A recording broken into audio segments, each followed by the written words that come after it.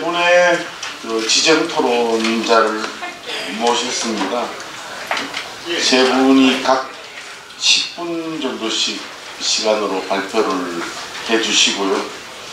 그러면 약 한 15분 남을 것 같은데 객석에서도 토론해 주실 선생님들 말씀을 듣고 정리를 하겠습니다.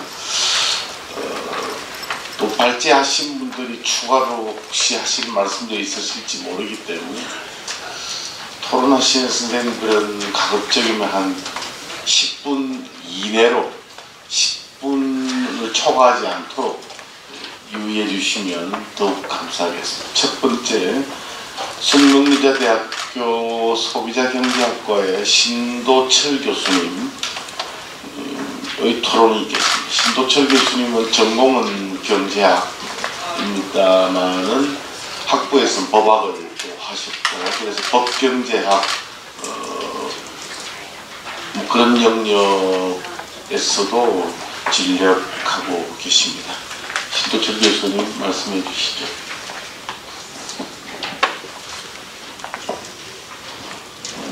네, 안녕하십니까. 숙명여대 신도철입니다. 박재일 교수님께서 떠나신 지도 벌써 1년이 지났습니다. 우선 박재일 교수님 일주기 추모 세미나를 이렇게 마련해 주신 한성재단 관계자들께 감사의 말씀을 드리고 싶습니다. 교수님은 꿈을 가지고 있었습니다. 대한민국의 선진화와 통일이 있습니다. 교수님은 선진화와 통일, 그것을 줄여서 선진통일이라고 하셨는데 이것이 오늘날 대한민국의 꿈이어야 한다고 말씀하셨습니다. 역사는 그 시대의 국민이 어떤 꿈을 꾸느냐에 의하여 만들어진다는 말씀을 하셨습니다. 교수님은 본인의 꿈과 대한민국의 꿈을 동일시하였습니다. 교수님에 의하면 선진화란 한마디로 국민덕국이 되는 것입니다. 이는 안으로는 국민들이 정신적, 경제적으로 부유하고 풍요로운 나라가 되는 것을 의미하고, 밖으로는 이웃 나라들이 우리를 덕스러운 나라로 존경하는 그러한 나라를 만드는 것을 의미한다고 했습니다. 그리고 그 선진화는 남한의 선진화로만 끝나지 않고 반드시 남북 통일을 이루어 한반도 전체의 선진화가 되어야 한다. 그래서 한반도 전체를 통일된 세계 인류 선진국가로 만들어야 한다고 하셨습니다. 교수님의 학문과 활동은 모두 대한민국의 선진 통일이라는 꿈을 실현하기 위한 것이었대도 과언이 아닙니다. 선진 통일과 국민 덕국, 그리고 세계 평화와 인류 발전에 이루어지 않은 학문으로서 교수님은 안민학의 체계를 세우고자 했습니다. 안민학 내지 경제학이란 어떻게 공동체를 관리하고 경영하느냐, 공동체를 발전시키고 공동체 구성원을 편안하게 할 수 있는가에 대한 이론입니다. 여기에는 철학, 윤리학, 정치학, 법학, 경제학, 심리학, 역사학 등 많은 학문 영역이 포섭될 것으로 보입니다. 교수님은 유고로 지도자의 길을 남겼었습니다. 어느 공동체든 그 공동체가 발전하려면 지도자가 훌륭해야 되는데, 개인의 차원에서 훌륭한 지도자가 되려면 어떠한 노력을 해야 할 것이며, 사회적 차원에서는 공동체의 발전을 위하여 어떠한 자질과 능력과 특성을 가진 지도자를 키워내야 할 것인가가 문제로 된다고 하셨습니다. 그러면서 이 지도자의 문제를 안민학 내지 경제학의 제1과제로 봤습니다. 교수님의 안민학은 완성되지 못했지만 평소에 법과 제도에 대한 연구가 안민학의 주요 내용으로 들어가야 될 것이다, 그런 말씀을 하신 것을 기억합니다. 이하에서는 박재일 교수님의 선진통일과 국민 덕국의 꿈, 그리고 안민학 내지 경제학의 수입이라는 관점에서 네 분 발표자의 글에 대한 저희의 감상을 간단하게 이야기하도록 하겠습니다. 김주승 교수님께서는 21세기 국정철학 공동체 자유주의를 발표해 주셨습니다. 공동체 자유주의는 한마디로 공동체를 소중히 여기는 자유주의입니다. 김 교수님께서는 공동체 자유주의가 기본적으로 역사 존중의 공동체를 재건하기 위해 제창된 것으로 보셨는데 올바른 지적이라고 생각합니다. 대한민국의 역사를 정의가 폐기하고 기회주의가 득세한 역사로 규정한 민중사관, 계급사관이 퍼져나가는 것에 박 교수님은 큰 우려를 표시한 바 있습니다. 대한민국의 역사는 크게 봐서 대승리와 대성공의 역사라는 것이 공동체 자유주의의 기본 시각입니다. 공동체 자유주의는 또한 자유민주주의, 법치주의, 자유롭고 공정한 시장 질서, 공동체적 가치와 연대 이런 것을 강조를 합니다. 김주선 교수님께서는 보수정권 9년이 아쉽다고 하시는데 전적으로 저도 동감입니다. 박철 교수님께서 제시하신 공동체 자유주의의 국정 철학이 이 시기에 제대로 구현되지 못했습니다. 김 교수님은 이어서 보수 정권의 실패로 등장한 문재인 진보 정권에서는 지난 어느 때보다도 이념 갈등이 심각해지고 시장 경제가 위축될 것으로 전망하고 있습니다. 국내 정치나 국제 정치에서 세계 흐름에 역행하고 있다고 보고 있습니다. 이런 진단에 저도 전적으로 동의합니다. 김 교수님은 국가 선진화를 위한 21세기 국정철학으로 제시된 공동체 자유주의가 문재인 정부에서 실현되기를 바랄 수는 없다. 보수 정권에서도 실현되지 못했는데 진보 정권에서 어떻게 실현되길 바랄 수 있겠느냐 하면서 안타까움을 표현하고 있습니다. 그러면 어떻게 할 것인가? 김 교수님은 정치적 공동체주의를 재해석하여 정치 파장성을 공합할 수 있는 현실적인 정치 비전으로 구체하고 인간관을 재해석해서 한국인 일반의 인간행을 변화시키는 장기적인 문화 비전으로 구체할 수 있을 것이다 이렇게 주장을 하셨습니다. 그러면서 공론화 방식을 국민통합 정치 기제의 하나로 삼을 것과 추격적 선거판에서 벗어나서 성찰형 인간을 키울 것을 제안하셨습니다. 탁월한 제안이라고 생각합니다. 그러나 저는 아직 성찰형 인간이 못되고 또 선거판이 너무 커서 그런지 모르겠지만 김 교수님의 제안이 현 상황에서 큰 실효성이 있을까 걱정되는 측면도 있습니다. 워낙 문재인 정권의 역사관, 국가관, 경제관 등이 박 교수님께서 생각하신 것과 거리가 있는 것이라서 이 공동체 자유주의에 입각한 안민과 경제의 전략 정책의 모습을 위해서는 보다 투쟁적인 어떤 그런 노력이 필요하지 않을까 그런 생각도 듭니다. 신 교수님 시간이 거의 다 됐는데요. 동의하시는 부분 그 생략하시고 좀 진행을 해주시면 더 나을 것 같습니다. 네, 감사합니다. 이용규 교수님께서는 선진 패러다임 서울 컨센서스를 발표해 주셨습니다. 이 서울 컨센서스는 원래 원투가 있는데 주로 원에 대해서 이야기를 하셨습니다. 여기에 10개 지침에 대해서 하나하나에 대해서 현 상황을 평가하고 또 향후 발전을 논의하고 있습니다. 이 교수님은 현재 각 분야마다 개선되어야 할 점이 상당히 많다 그렇게 진단하고 있는 것 같습니다. 이 교수님은 지금 대한민국은 어느 순간인가 길을 잃었다, 나라의 기반이 되는 정치인이 사라졌다 이러면서 안타까워하고 있습니다. 결론적으로 이 교수님은 대한민국의 정상의 길을 가려면 바른 사상이 있어야 된다 이렇게 강조를 하시고 그러면서 우리 마음, 생각 이런 것을 가둬두어야 된다 그런 이야기를 하셨습니다. 전적으로 동의합니다만 현 상황을 감안할 때 다소 좀 추상적인 해법만 제시된 것 같다 그런 생각을 좀 듭니다. 이주호 교수님은 공동체 자유주의에 기반한 새로운 국가 비전 4차 산업혁명을 선도하는 젊은 대한민국을 발표해 주셨습니다. 그래서 국가 비전 필요성, 정립 필요성을 언급한 다음에 이 혁신과 통합의 비전을 제시하고 있습니다.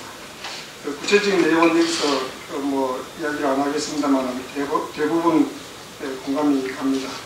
이런 정책 전략이 마음껏 펼쳐질 수 있는 그런 장이 마련될 수 있기를 기대하지 않습니다. 조윤기 교수님은 한반도 통일 전략 선진화 통일을 발표해 주셨습니다. 조 교수님께서 잘 지적하고 있듯이 박철 교수님은 21세기 대한민국의 비전으로 선진화가와 한반도 통일을 제시하고 이 둘은 상호 우방적인 관계다 그런 말씀을 하셨습니다. 이 평화공존이라는 미명하에 평화는 사이비 평화다, 진정한 평화가 아니다 이렇게 말씀하시는 것에 대해서 조 교수님도 전적으로 동의를 하고 있습니다. 그래서 그 평화 통일의 개념을 이제 강조를 하셨고, 그래서 통일이 평화를 가져온다. 북한 동포의 삶의 질을 획기적으로 개선하기 위해서는 자유통일, 흡수통일을 대비해야 된다. 그런 주장을 하시는데, 조윤기 교수님의 그 선진화 통일론에 전적으로 동의합니다. 그런데 지금 우리나라가 그 방향으로 잘 가고 있는지 걱정되는 점이 많다고 생각합니다. 박철 교수님은 선진통일과 국민덕국 여기에 이바지하는 학문으로서 안민학의 체계를 세우고자 했습니다. 오늘 세미나를 통해서 그 많은 지원들이 나왔습니다. 또 박 교수님께서 남기신 그 책을 읽으면서 열심히 공부해야 되겠다 그런 생각이 듭니다. 마지막으로 박 교수님은 학문의 실증성을 항상 강조를 했습니다. 이 안민학 또 선진통일과 국민덕국의 꿈을 실현하기 위한 방도로 연구를 했다 그렇게 볼 수가 있습니다. 또 교수님은 스스로 여러 가지 실천적인 활동을 했었습니다. 우리들도 교수님의 뜻을 이어받아서 안민학을 세워나가고 또 실천해 나갔으면 합니다. 네, 감사합니다. 시간이 조금 지난 것 같아서 죄송합니다. 네, 감사합니다. 연세대학교 김호기 교수님 사회학과에 계시고요. 사회학을 전공하셨는데 교치전 토론자로 흔쾌히 참여해 주셨습니다. 감사합니다. 시간 역시 10분 이내로 해주시면 좋겠습니다. 네, 알겠습니다. 먼저 이 귀하고 뜻깊은 자리에서 여러 선생님들께 말씀드릴 수 있는 기회를 만들어주신 한반도 선진화재단 박재환 이사장님을 포함한 관계자 여러분께 감사를 드립니다. 김유성 교수님, 이용구 교수님, 이주호 교수님, 조윤기 선생님 발표 잘 들었습니다. 개별 발표에 대해서 제한된 시간 때문에 일일이 코멘트하기보다는 미공 선생님의 가장 중요한 학문적 그다음에 정책적 기여할 수 있는 선진화론에 대한 제 생각을 밝히는 것으로 오늘 토론을 대신하고자 합니다. 먼저 그에 앞서 이공 선생님이 돌아가시기 전에 제가 이공 선생님에 대한 글을 언론에 좀 제법 쓴 편입니다. 그중에 이 경향신문, 조선일보, 한국일보에 제가 썼던 것을 이번 토론을 작성하면서 다시 읽어봤습니다. 그중에 몇 구절을 가져왔습니다. 먼저 경향신문 2011년 6월 20일자 이상돈 김목이 대화에서 이 박세일 교수에 대한 제 후기입니다. 박세일 교수는 책을 통해 오래전부터 알고 있었지만 개인적으로 만나게 된 것은 그리 오래되지 않았다. 기억에 남아있는 인상적인 만남은 두 가지다. 첫 번째는 미국 스탠포드 대학에서 이루어졌다. 2010년 1월 워크숍이 있어 스탠포드 대학에 갔을 때 연구차 머물고 계시던 박 교수님을 만났다. 스탠포드 대학 신기욱 교수와 함께 우리는 일본지라는 평범한 한식당에서 저녁을 함께하면서 우리 사회의 현재와 미래에 대해 이런저런 이야기를 나눴다. 창조적 세계화론이 발표되기 직전인지라 이날 박 교수의 이야기는 선진화, 세계화 그리고 통일이 줄을 이뤘다. 그리고 이런 과제들을 달성하기 위한 주체 세력에 대해 박 교수는 중도 보수와 중도 진보 간의 일종의 연합 세력의 구축을 강조하셨다. 우리 사회 보수대 진보의 쟁투적 상황을 고려할 때 동의하기 쉽지 않은 주장이었지만 우리 미래에 대한 박 교수의 고민과 춘정은 충분히 이해할 수 있었다. 두 번째는 지난달 내가 강의하는 교양 과목 진보와 보수에 특강을 하러 오셨을 때였다. 박 교수는 선진화와 통일의 중요성을 열정적으로 강의하신 다음 학생들과 활기찬 토론을 벌이셨다. 객석에 앉아 강의를 드리며 문득 떠오르는 생각은 교단에 서신 박 교수의 모습을 처음 봤다는 것이다. 청와대 수석비서관, 한나라당 정책위원장, 한반도 선진화재단 이사장에 앞서 박 교수는 천성적으로 교수이시라는 사실을 새삼 깨닫게 됐다. 두 번째는 조선일보에 제가 쓴 서평 창조적 세계화론에 관한 것입니다. 평자는 2년 전 박세일 서울대 교수의 삶과 연구를 다룬 글에서 그를 경세가라고 부른 바 있다. 경세가란 학문과 정책을 동시에 담당하는 사람. 예를 들면 조선시대 4대과도 같은 존재를 말한다. 뜻을 이룰 수 있는 상황이면 세상에 나아가 경륜을 펼치지만 그렇지 않으면 물러나 학문 연구에 전력을 다하는 이들이 경세가다. 평자가 대한민국 선진화 전략을 주목했던 이유는 이 책에서 제시된 선진화론이 우리 사회 보수 세력의 새로운 국가 비전을 제공했다는 점에 있었다. 민주화를 국가 비전으로 제시한 민주화 세력에 맞서 보수 세력은 선진화를 내걸어 2007년 대선 이후 큰 정치적 성공을 거둬왔다. 이 점에서 박 교수는 수사학적으로 표현하자면 보수 세력의 스문신과도 같은 존재였다. 창조적 세계화론은 대한민국 선진화 전략이 후속편이라는 의미를 갖는다. 방대한 내용이 담겨있는 800조 가까운 책을 요약하기는 쉽지 않다. 하지만 박세일 교수의 문제의식은 명료하다. 그것은 현재 우리가 안고 있는 최대 목표가 21세기 한반도의 선진화와 통일을 위한 세계화를 적극적으로 성취하는 데 있다는 것으로 지각된다. 경세가란 아카폴리를 지향하는 사람이다. 아카폴리는 아카데미즘과 팔러시 스타디스를 적극적으로 결합한다는 의미다. 격변하는 세계사회와 한국 현실을 지켜볼 때 현재 우리 사회과학의 가장 중요한 과제는 아카폴리적 문제의식을 진전시키고 거기에서 나온 대안을 구체화하는 것이다. 우리 사회에서 박세일 교수는 최초의 그리고 가장 뛰어난 아카폴리의 사회과학자라고 할 수 있다. 세 번째는 일본 선생님이 돌아가신 다음에 제가 한국일보에 쓰던 고전 칼럼에서 쓴 내용입니다. 내가 주목하고 싶은 것은 바우만과 박세일이 보여준 지식인의 두 가지 길이다. 지식인은 그 역할에 따라 보편적 지식인과 참여적 지식인으로 구분할 수 있다. 보편적 지식인이 진리 탐구와 권력 비판을 추구한다면 참여적 지식인은 비전 제시와 정책 개발에 주력한다. 아카데미즘이 보편적 지식인이 존재적 기반이라면 안가주마는 참여적 지식인이 실천적 규범이다. 조국 폴란드에서 추방당했던 유태인인 바우만이 현대성 탐구를 통해 보편적 지식인의 길을 걸어왔다면 격동의 우리 현대사와 함께해온 박세일은 보수적 개혁 담론을 통해 참여적 지식인의 길을 선택해왔다. 내가 강조하고 싶은 것은 오늘날 지식인에게 부여된 역할을 어느 하나로 규정짓기 어렵다는 점이다. 지식사회도 이제 다른 영역과 마찬가지로 고도로 분화되어 있다. 대학, 공공민, 민간연구소, 언론, 비정부기구를 포함한 사회단체 등에서 볼 수 있듯 지식인들의 제도적 거점은 다층화되어 있다. 오늘날 21세기의 지식인의 역할과 사명은 시대적 컨텍스트 속에서 재해석될 수 있고 전공 및 분야에 따라 다양하다는 점을 유의할 필요가 있다. 내가 안타까워하는 것은 진리탐구와 현실 참여에서 각각 우리 시대를 대표했던 두 지식인은 바우만과 박세일이 왕성한 활동을 더 이상 볼 수 없게 됐다는 점입니다. 지금 나는 이를 쓰면서 컴퓨터 앞에 놓아둔 바우만의 대담집 사회학의 쓸모와 박세일의 역작 선진 통일 전략이 이것저것을 들춰보고 바우만이 꿈꿨던 자유와 평등의 현대성과 박세일이 소망했던 선진화된 대한민국을 생각해보고 있다.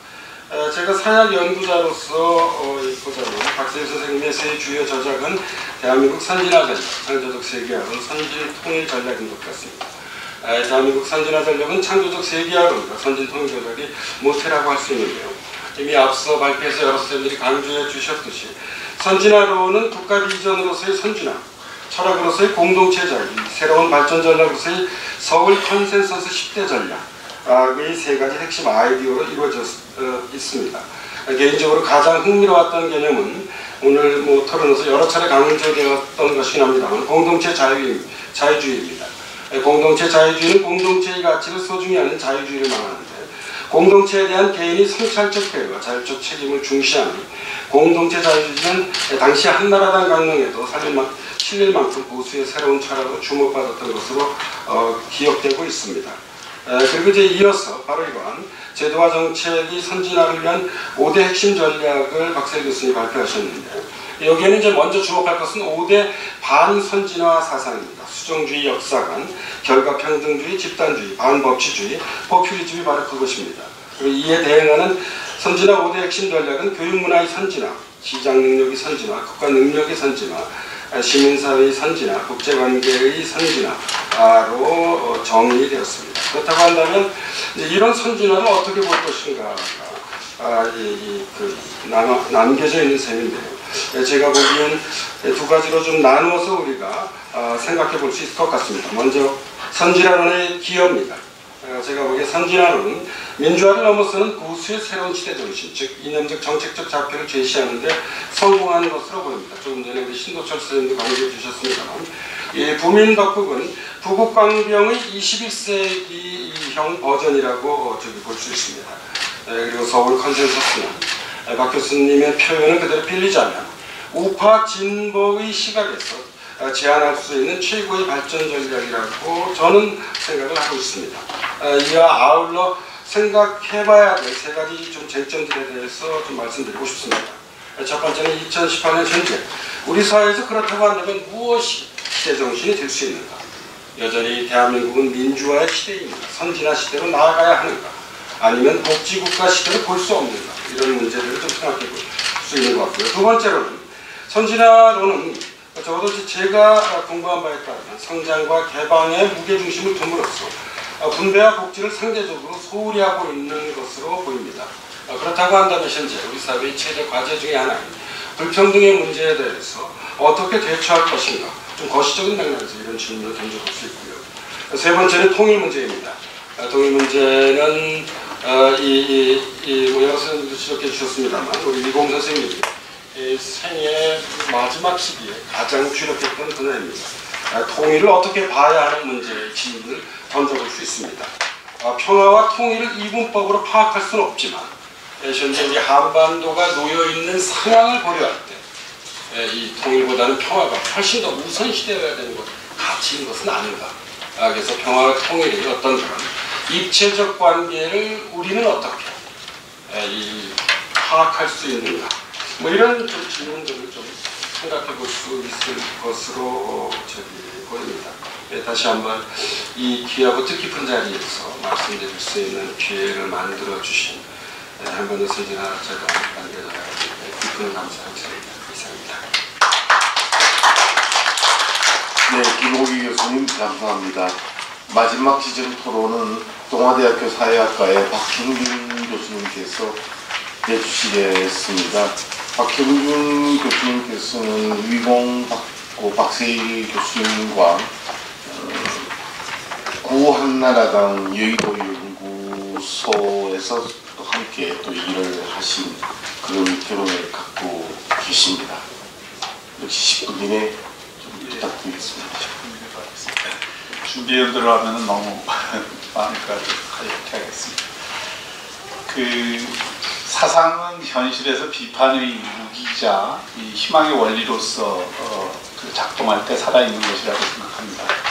이 박세일 선생님은 그런 면에서 생각의 힘이 무엇인지를 우리에게 보여주신 거의 최근 20여 년 동안의 그 실천적 지식인으로서는 거의 유일한 분이 아닌가 싶습니다. 박세일 선생님 그 철학에 대해서는 앞에서 말씀해 계셨지만 크게 두 개의 축인 것 같아요. 하나는 스코틀랜드 계몽 철학과 경험론과 거기에 기초한 자유주의 실천 철학, 이 전통 도덕감정론을 번역하셨던 그 토대 위에 서 있는 하나의 세상을 보는 분이고, 다른 하나는 이 공맹을 중심으로 한 유교 사상에서 기원을 두는 소위 민본과 덕치의 개념으로 이 국가 공동체를 포섭해내려고 하는 이런 지혜가 아닌가 싶습니다. 박세일 선생님이 특히 법치와 예치를 굉장히 강조하셨는데, 그것은 그 법치는 자유를 지키는 원리로서의 법치, 그리고 그런 어떤 국가적성과 지도자의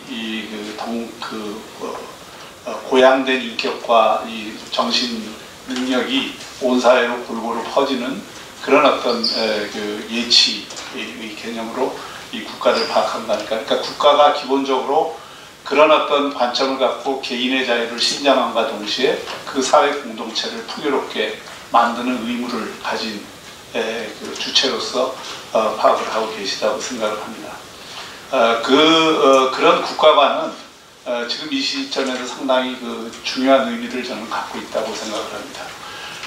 특히 대한민국은 그 발전 과정 속에서 한때는 발전 국가 모델이라고 해서 국가의 모든 권력을 집중해서 경제 성장을 이끌어왔던 경험이 있고, 그러다 보면서 그런 과정에서 국가가 우리가 생각했던 것 이상으로 커지고, 또 국가의 그 권력이 사회 곳곳에 지나치게 과도하게 작동한 측면도 있고, 또 그 과정에서 개인의 자유가 국가주의에 의해서 침식되어 있는 측면도 있었고, 또 그 과정에서 이 국가와 시민사회를 큰 틀에서 포섭해내고 통합해내야 될 국가 리더십이 그런 덕치와 예치의 기초 위에 서 있지 못한 경험들을 갖고 있습니다. 그럼에도 불구하고 지금의 어떤 우리 그 현실이 가르쳐주는 그 바는 이 자유에 기초하지 않은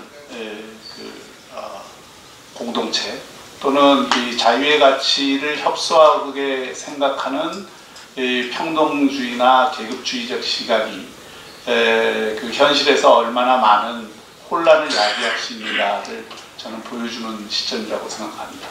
지금 이조 교수님이 말씀하셨던 4차 산업혁명에 우리가 변화 가운데 이 혁파에 대해 관치 혁파라고 하는 그 내용이 저는 대단히 중요하다고 생각합니다. 그걸 단순히 관치 혁파의 의미가 아니라 지금 과거의 발전 국가 모델을 넘어서서 또 신자유주의라고 하는 그런 그 모델을 넘어서서 박세일 선생님이 생각하셨던 그런 민봉과 어떤 자유에 기초한 그런 어떤 국가 모델이 그 제대로 작동하는 국가 모델이 뭘까, 이거를 고민해야 될 시점이라고 생각합니다.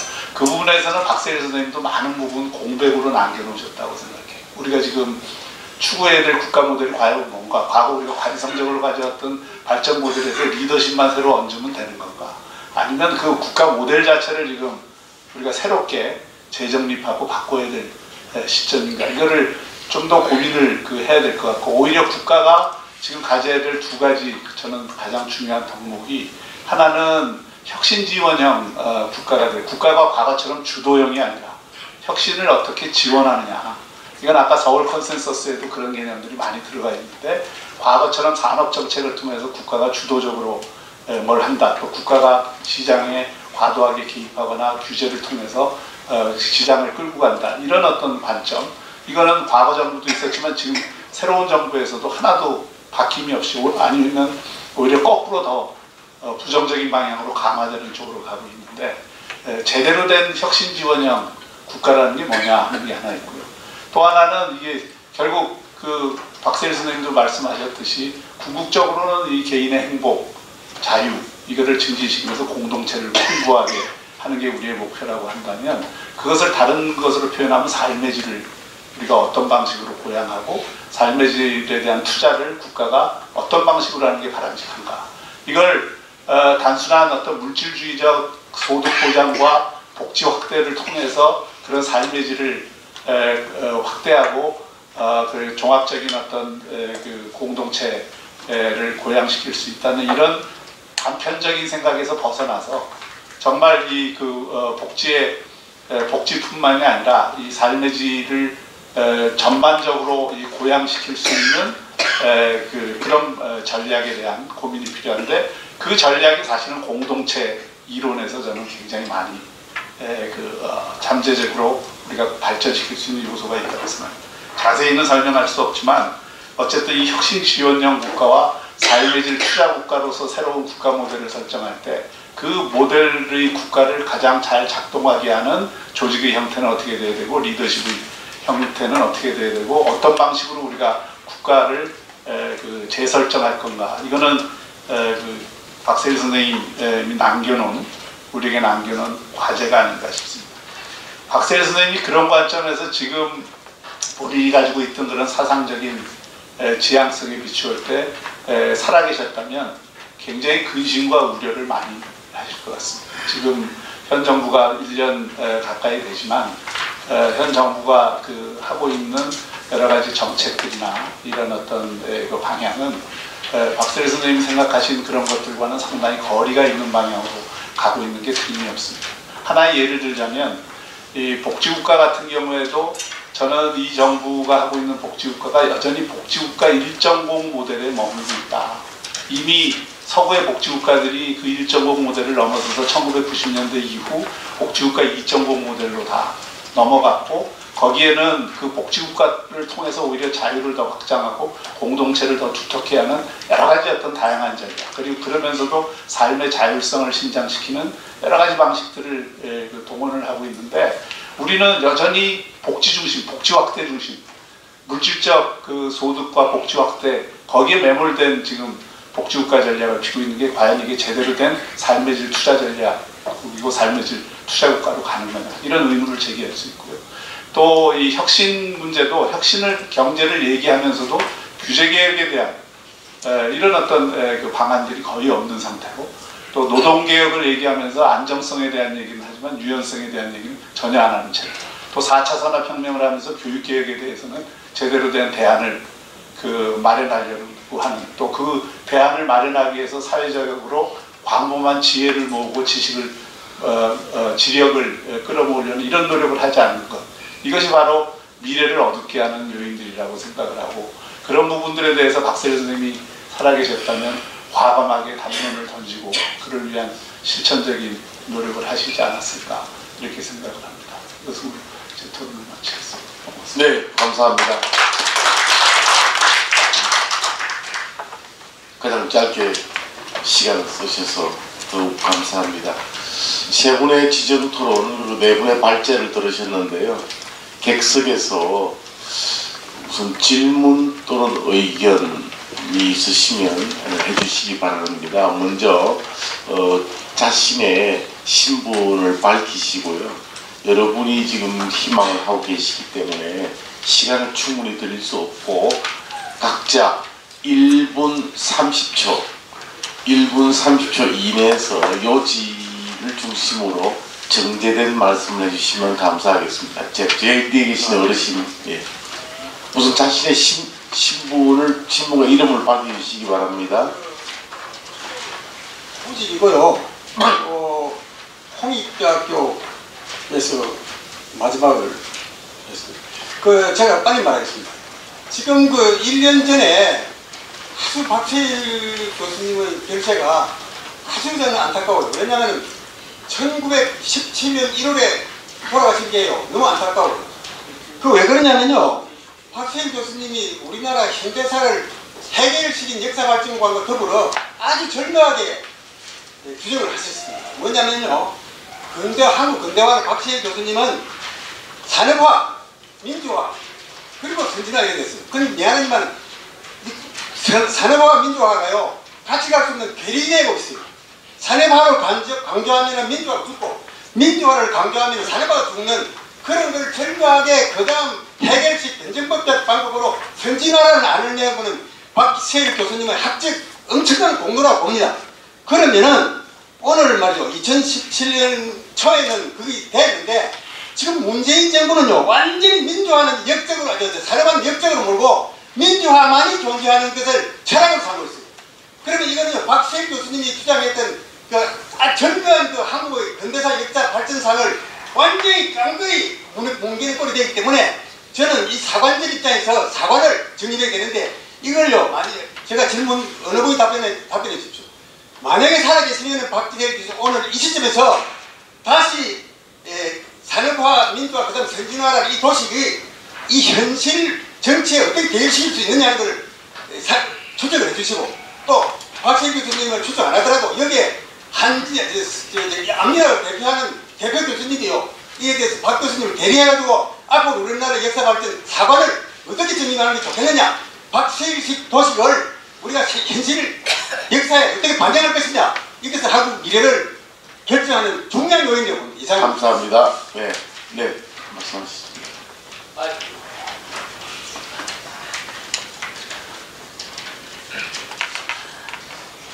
통일정부단체 북한국의 자문위원회는 유선입니다. 지금 저 통일 문제입니다.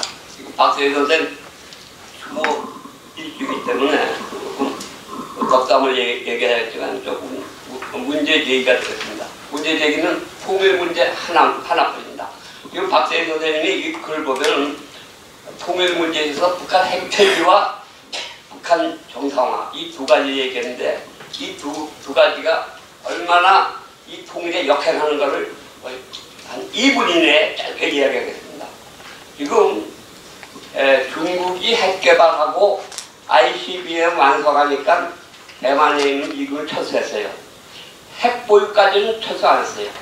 ICBM 완성하니까 대만에 있는 미국을 슬쩍 철수했어요. 지금 북한이 내면적으로 전략을 꾸미고 있는 것은 저의 여부로는 핵 보유는 됐어요. 6번 했으니까. 중국도 인도도 파키스탄도 6번 해갖고 핵 보유 인정 받았어요. 근데 ICBM은 아직 어려웁니다.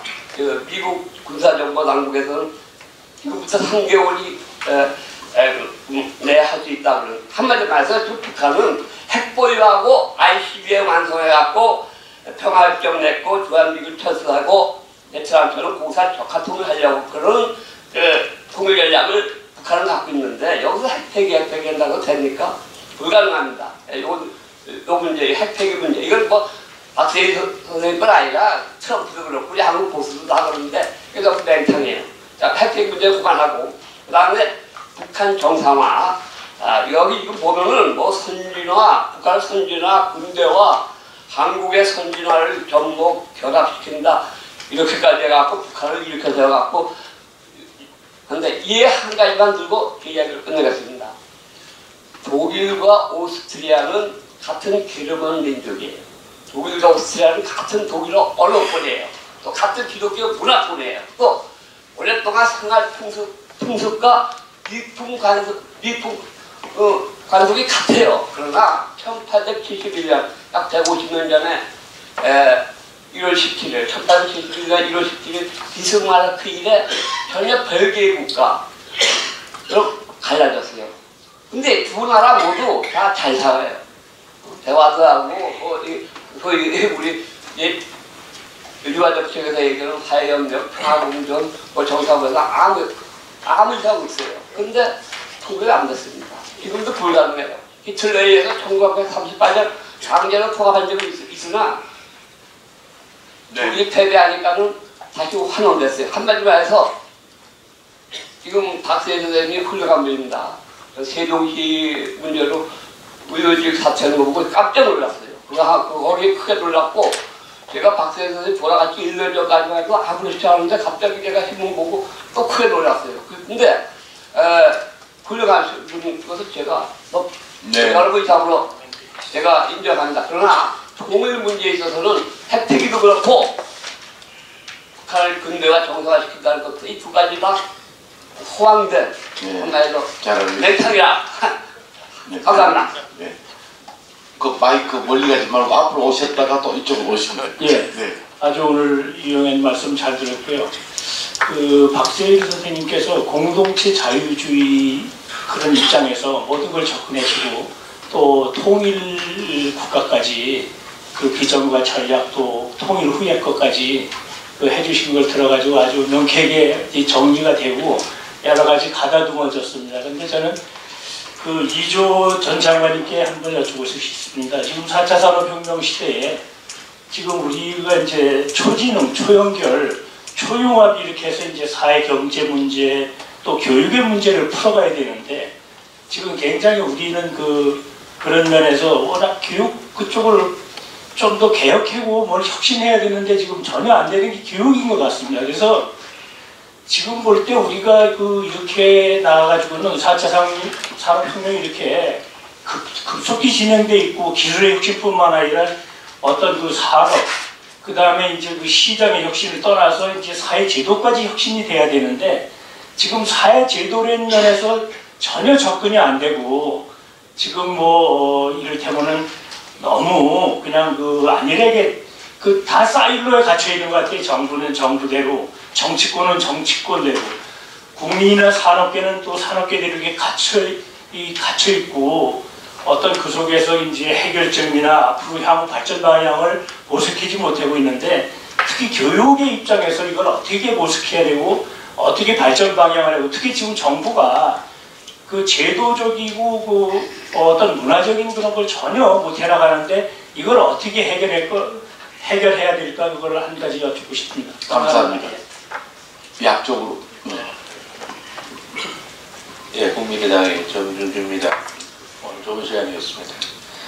그런데 아까 김원 교수님도 그러시고 보수 대 진보의 쟁투적 상황이고 또 보다 투쟁적인 노력이 필요하다고 논문에서 말씀하셨는데 저는 그렇게 생각합니다. 이제 진보와 보수 정권만 권력만 바뀌면은 일방적으로 몰아붙여가지고 악순환이 고리에 닥칠 때는 이런 걸 이제는 끊을 때가 되었다. 그러려면은 정말 진영 싸움을 끝내고 이제는 사회 통합을 이루는 정말 우리 이제 박세일 선생님이 이걸 꿈을 가졌기 때문에 그런 걸 해가지고 이제는 정말 선진화의 한 길로 합의제 민주주의를 정착시키고 제도화하는데 우리 보수 측에서도 야당에서도 문재인 정권에 압박을 하면서 그런 논의의 공간을 나눌 수 있도록 하는 노력이 좀 필요하지 않을까 이런 생각을 해봅니다. 네. 저도 의견 감사합니다, 의원님. 네, 시간이 많지 않아서 이번 네, 민주평통 자문위원 8년간 활동한 이신백입니다. 주영기 회장님께 한 가지만 질문드리겠습니다. 우리 통일 외교 안보 정책으로 산불 정책, 다시 말해서 미국 MD 편입 안 한다, 한미일 군사동맹을 안 한다, 사드 추가 배치를 안 하겠다. 이 산불 정책은 대단히 잘못된 통일 외교 안보 정책이다 이렇게 생각을 합니다. 여기에 대한 고견을 듣고 싶습니다. 고맙습니다. 네, 알겠습니다. 그러면 그 시간 제약상 객석에서의 의견 개진은 이것으로 마감을 하겠습니다. 그리고 지금 지정해서 질문을 받으신 분들께서는 꼭 답변을 의무적으로 해주셔야 되겠고요. 그리고 혹시 발제하셨거나 토론하신 가운데 미진하신 부분이 있으신 분들은 추가로 또는 뭐 다른 분들의 질문에 대해서도 답변해 주실 수 있으시면 45초씩 드려요. 네, 우선 이주호 정책위원장님. 네, 그 박세일 교수님 여러 분야에서 업적이 많으시지만 교육 분야에서 특히 그 1995년에 교육개혁위원회부터 이제 출발하셔서 우리 교육 변화의 비전을 제시해 주시고 또 사실 개인적으로 저는 참 안타까운 마음입니다만 돌아가시기 뭐 몇 주 전에도 이 교육개혁에 대한 그 발제를 제가 그게 그렇게 아까드신지 뭐 부탁을 드렸는데 그냥 흔쾌히 또 하셔서 제가 참 그 부분 참 마음이 아픕니다. 근데 워낙 교육에 대한 열정이 크셨습니다. 그래서 저도 뭐 제가 사실 경제학자로서 교육에 이렇게 이제 일하게 된 것도 사실 박세일 선생님 이끌어주신 덕분인데요. 그 95년에 이제 소위 그 교육개혁위원회의 비전이 세계 어느 나라보다도 사실 그때 앞섰었고 굉장히 이번 그냥 볼드한 아주 그 개혁 플랜이었습니다. 그래서 그게 이제 한꺼번에 이루어지지는 못했지만 역대 정부가 계속 그걸 이어받아서 조금씩 실천을 해서 상당히 많은 부분 사실 변화가 있었고요. 그렇지만 지금 뭐 말씀하셨듯이 4차 산업혁명의 파고를 넘을 만큼 교육의 변화가 있지는 못했습니다. 그런데 지금 이제 저희가 그 박 선생님의 그런 걸 그 비전 이어받아서 정말 더 강한 교육 개혁을 해야 될 지금 시점이 왔고요. 어떻게 보면 시대를 좀 앞서신 부분도 있기 때문에 지금 사실 이제 본격적으로 교육 개혁에 들어가야 되는데 그게 이제 소위 저희가 볼 때는 학습혁명이라는 명으로 지금 바꿔서 좀 얘기를 합니다. 왜냐하면은 이게 그 학습을 하는 방식이 완전히 이제 바뀌어져야 되는 거거든요. 그러니까 아까 제가 잠깐 말씀드렸지만 강의식이 아니고 이제는 학생이 주도가 돼서 계속 평생 동안 학습을 하는 거고 그거를 그 교육 그 공학이 굉장히 많이 발전했습니다. 새로운 테크놀로지를 활용해서 누구나 다 본인들에게 적합한 교육 학습 방식을 제공받아서 이 4차 산업혁명의 소위 선도자가 될 수 있도록 그런 시스템을 마련하는 건데요. 저는 한국이 여전히 굉장히 잠재력이 있다고 생각합니다. 제가 지금 국제기구에서도 활동하고 있지만 모든 나라들이 지금 이게 교육밖에는 지금 4차 산업혁명을 근본적으로 대응할 수 있는 수단이 없는 거고 교육을 가장 과감하게 바꾸는 나라가 결국은 4차 산업혁명의 선도에 나선다고 다들 생각하고 있는데요. 한국이 여전히 가능성이 있습니다. 그런데 어떻게 할 것이냐 하는 것은 그동안은 너무 정부의 주도에 의해서 기대를 해왔는데 사실은 지금 우리나라 교사님들이 굉장히 영향이 높으시거든요. 그러니까 그 교사님들의 그런 자발적인 변화 욕구도 상당히 강한 편입니다. 그래서 그런 것들을 적극적으로 현장 중심으로 변화를 시키면서 제도 부분에서는 뭐 교원 양성, 사실 교사가 핵심이기 때문에 교원 양성의 시스템을 어떻게 하면 새로운 그 학습을 제공할 수 있는 새로운 교사들로 이제 양성할 수 있느냐 하는 그런 부분에서 굉장히 중요한 방안들이 나올 수 있는데 그런 것들에 대해서 좀 이제 이 국민들의 그런 이 통합적인 그런 이제 중지를 모아서 변화를 해 나가야 되고요. 지금부터 이런 공론화를 통해서 제가 볼 때는 적어도 다음 정부에서는 좀 과감한 교육 계획을 할 수 있어야 됩니다. 예, 네. 시간을 많이 못 드려 죄송합니다. 조영기 교수님 시간을 30초.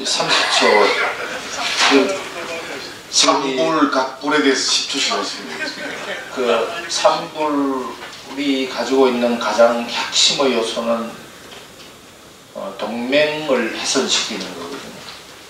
그 우리가 이제 이 국방안보 전략에서 가장 중요한 요소는 쌤이 늘 강조했던 거가 세 가지입니다. 첫 번째는 자강, 우리 스스로 강해지는 거예요. 두 번째는 우리 스스로 모든 것을 할 수 없으면 다른 사람의 힘을 빌린다라는 거가 동맹이고, 자강과 동맹을 바탕으로 해서 세력, 주변과의 세력의 균형을 가져야 되는데, 지금 한국 정부가 하고 있는 것은 우리는 힘도 별로 없고 동맹을 훼손시켜가면서 뭐부터 우선을 하느냐면 균세부터 먼저 우선을 하고 있다. 이것이 지금 현재의 정책에서 굉장히 제가 봤을 때 역행되는 것이다. 우리가 스스로 우리가 강해질 수 있는 길을 우리가 훼손시키는 것이다. 한 가지만 말씀을 드리겠습니다. 남북한 간에 군사력을, 국력을 비교를 한번 해봤습니다. 4차 산업혁명이, 4차 핵실험이 직후에 한반도 선진화 재단에서 국력을 비교했는데 어떤 결과가 나왔냐면, 북한이 핵이 있는 것을 가정하면 한국의 군사력이 북한의 군사력에 뒤집니다. 수치적으로 보면 1대 약 1.4 정도에 북한이 앞섭니다. 이런 상황인데도 우리가 지금 이 한미동맹을, 동맹이라는 것 자체를 훼손시키는 행동을 하고 있다. 참 어떻게 보면 누가 이런 이야기 하더라고요. 개인이 자살하는 것은 이해할 수 있는데 국가가 자살해 가는 거를 이해할 수 있는가 라는 측면으로 이렇게 보시면 될 것 같습니다. 네, 시간이 다 됐습니다만 꼭 이 말을 해야 되겠다 하시는 분이 계시면 저한테 30초. 네, 약속을 지키셔야 됩니다.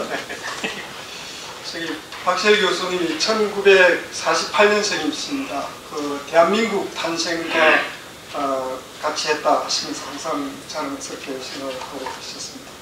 이 역사 문제에 대해서 아주 관심이 많으셨고, 이 교과서라든지 이런 게 민중사관, 계급사관으로 이렇게 흘러가는 것에 대해서 우려를 많이 하셨습니다. 국정교과서 만드는 거 일종의 긴급 피난이다 하시면서 지지를 보내시겠습니다. 아까 의원님께서 진영싸움 이제 끝내자 그러셨는데, 박세일 교수님은 어떻게 보면 파병으로 돌아가셨어요. 진영싸움이라는 게 대한민국을 긍정하는 진영 사이의 화해, 그런 것은 가능하겠지만 박세일 교수님은 그렇게 보고 계시지 않았던 것 같습니다. 간단하게 코멘트를. 네, 너무 제가 압박을 죄송한데요. 그래도 이런 세미나도 좀 선진형으로 해서 시간을 지켜보자, 그거 하나만이라도 좀 해보자 하는 취지에서 제가 좀 무리하게 사회를 강행한 점 양해를 부탁드립니다. 정말 미세먼지도 극성을 부리는 날에 소중한 시간을 내주신 참석자 여러분 대단히 감사합니다. 여러분들의 성원을 잊지 않고 저희 한반도 선진화재단 더 열심히 진력해서 미공 박세일 선생님의 유지를 충실히 받들 수 있도록 온 힘 다하겠습니다. 안녕히 돌아가십시오. 감사합니다.